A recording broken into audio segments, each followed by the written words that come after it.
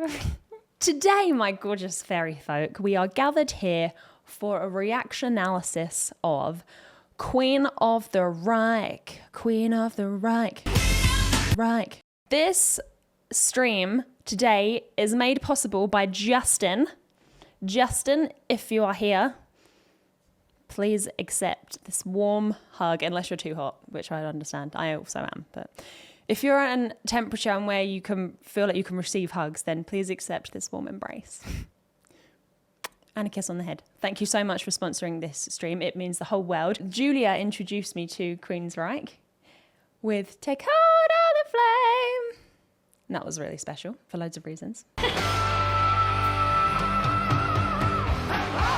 Are you dead? Are you alive? Is there a pulse? Oh my gosh! His voice is incredible. And then we heard him do Silent Lucidity. Oh, the film! Oh, that's so cool. I love this. It was a more sort of heavy pace. And so I have no idea what to expect with another song of theirs because the only two that I've heard so far are vastly different. Justin has sent a message with his request that says, this performance was actually the band's encore performance of the show. So he'd already been super tired, I imagine, at this point. The Take Hold the Flame performance you did with Julia was the song immediately prior to this song. It was originally released as a single from their first self-titled EP in 1983.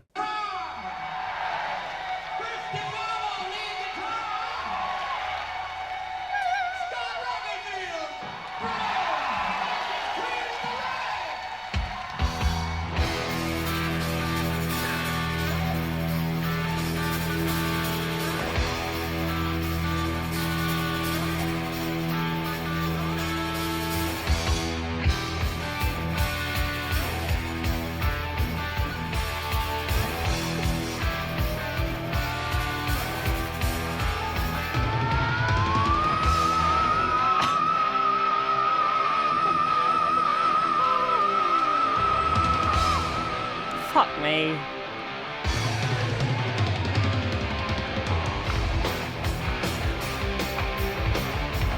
At the end of a show as well, have that much clarity. Blimey.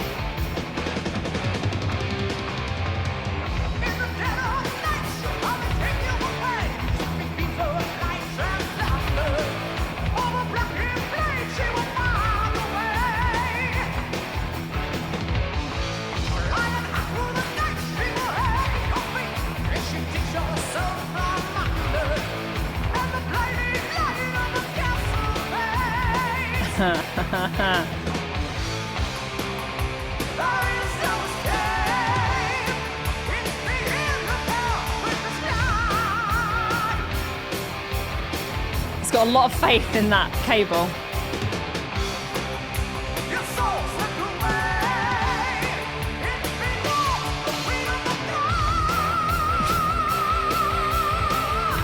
Wow.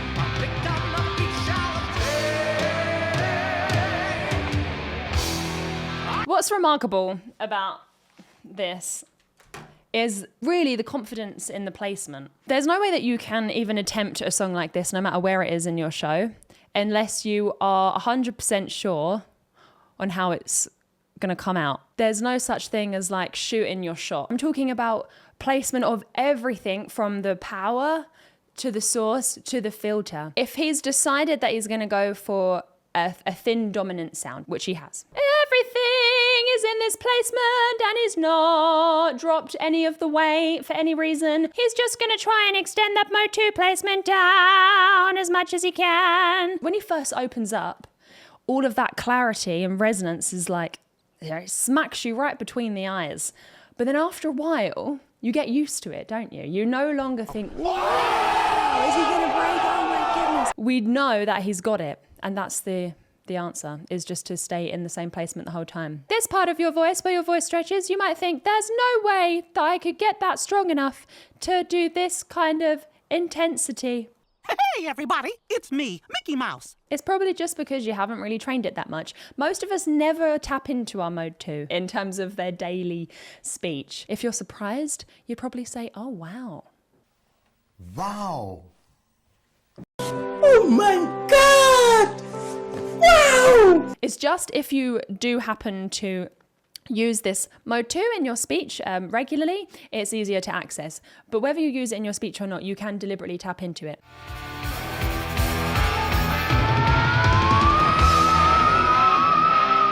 Things like we is a really good way to find this area of your voice. We. I would not advise you to practice your mode 2 like this. Oh, la, la, la, la, la, because there's a lot of breath coming through and the sound is going to tail off to this sort of thing. It's going to just be falsetto. So you want to do things that keep your voice what I call highly concentrated. Once you've found the sound in a small space, you'll be so much more confident in that placement that you can start to open your mouth and it comes out really nice. And then obviously you can hear what he's like when he's mode 1 dominant, when he does his silent lucidity. I'm smiling next to you. So that's like his real voice, if you will. And then this is a voice that he's just trained and developed. And so interestingly enough, just to prove that with another little pointeroo, is he says, come on, Tokyo! Yeah, Tokyo! Like even when he does his speech, he can't drop that placement because it's too risky. Say he's all like, wah! And then he's like, come on, you motherfuckers, or whatever. Why did I say that? He might struggle to get back in that placement.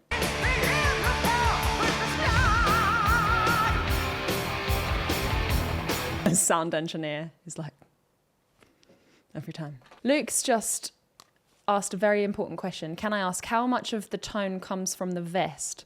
Well, according to the most recent academic studies, the more rhinestones you wear about your person, the metal and magical sparkling properties inside them, it can be rhinestones, diamantes, sequins,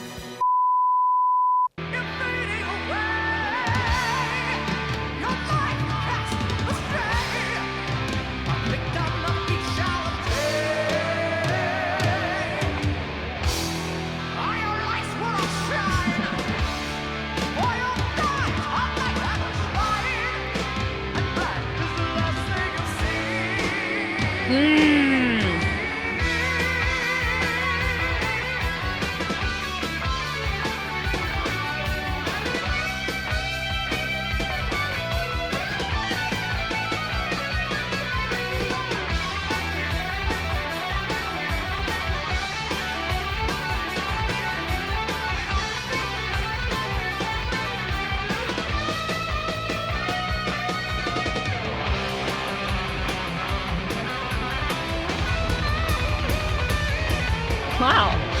The cymbal was suspended on a chain. It's very metal. Wow. Someone doesn't skip yoga class. Look at that. Jesus.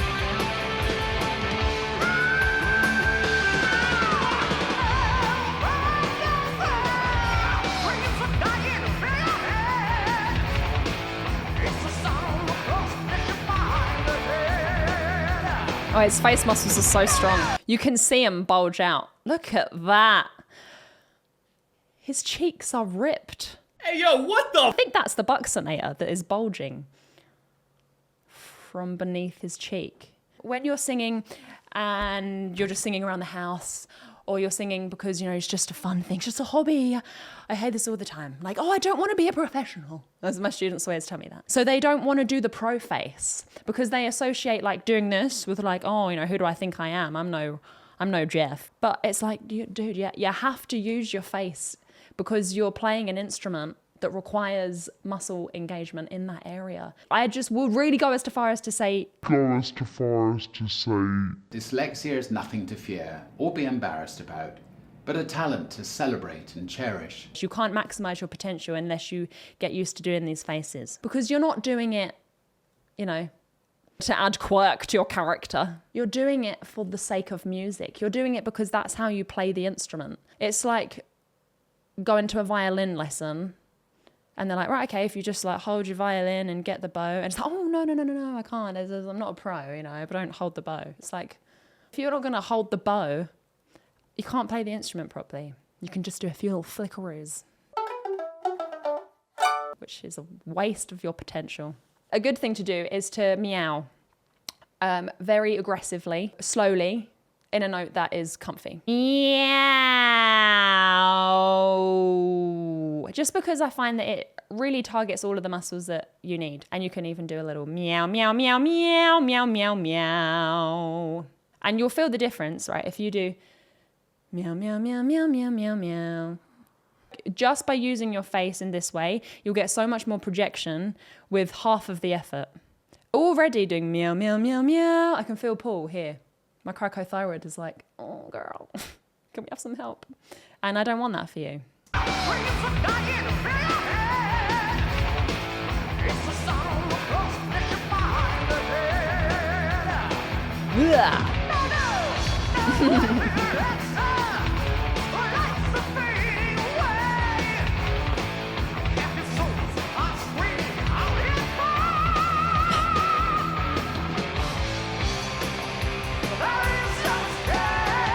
It's got a lovely big jaw as well.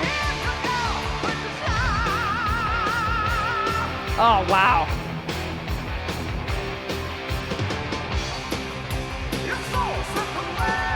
Oh, that's friendly.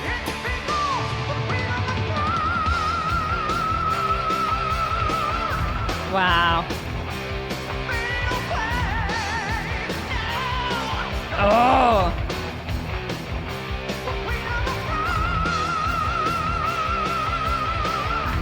Wow.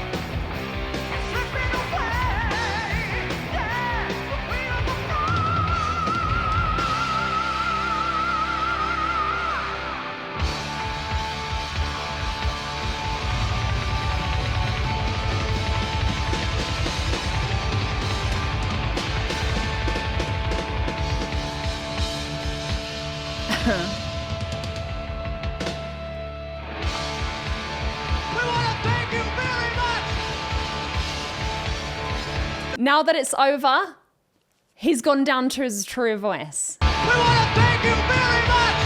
In the middle of the song, when he's talking, he's like Tokyo. But now he's like, oh, the job is done. I have high noted my high notes, and now I can just drop. Yeah, and he also decided to do a cheeky little scream towards the end.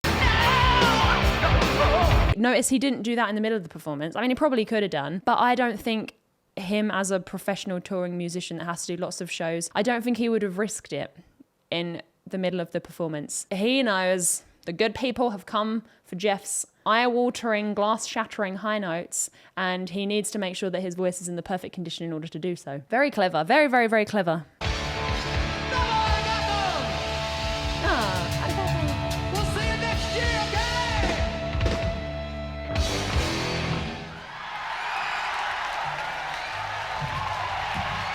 That was amazing. That was amazing. A couple more nuances about these high notes. Things that help, that don't seem like they help, but if you really listen, you'll find that you do.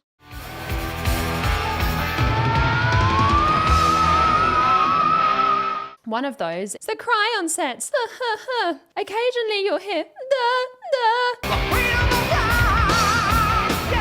this little squeak before the high notes. And what that is, there's a butterfly outside, it's so big. What that is, what am I saying?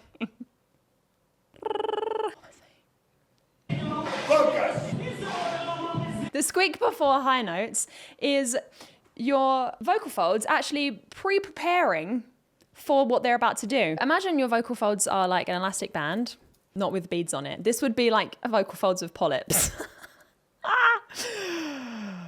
Oh, that was a really nerdy joke.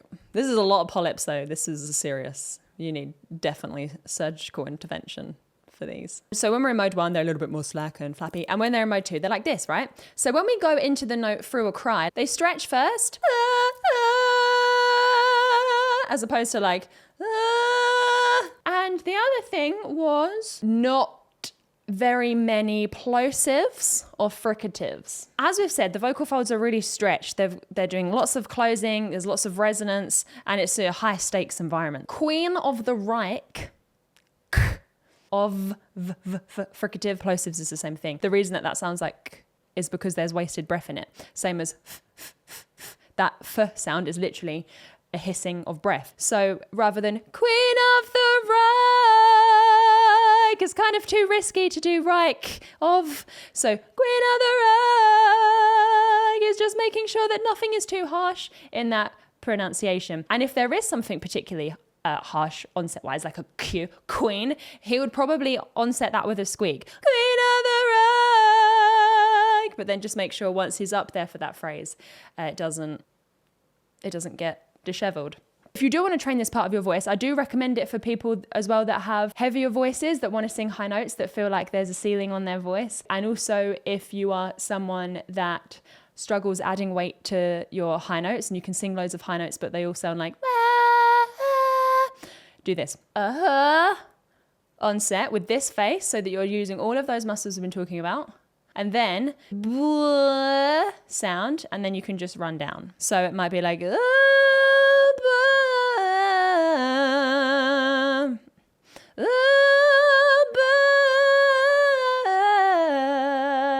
when you do the b, you can bop on it to add the strength. So a bop is like, and then when you feel like you've added sufficient strength, you can just run down on any notes you want. You can also experiment with not doing the and just do ba, ba, ba.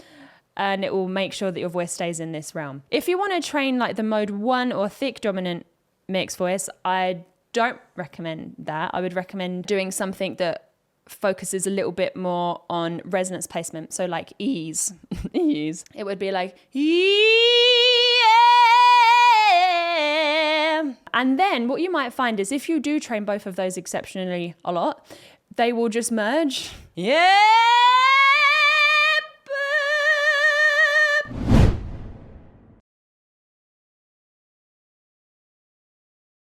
I'll just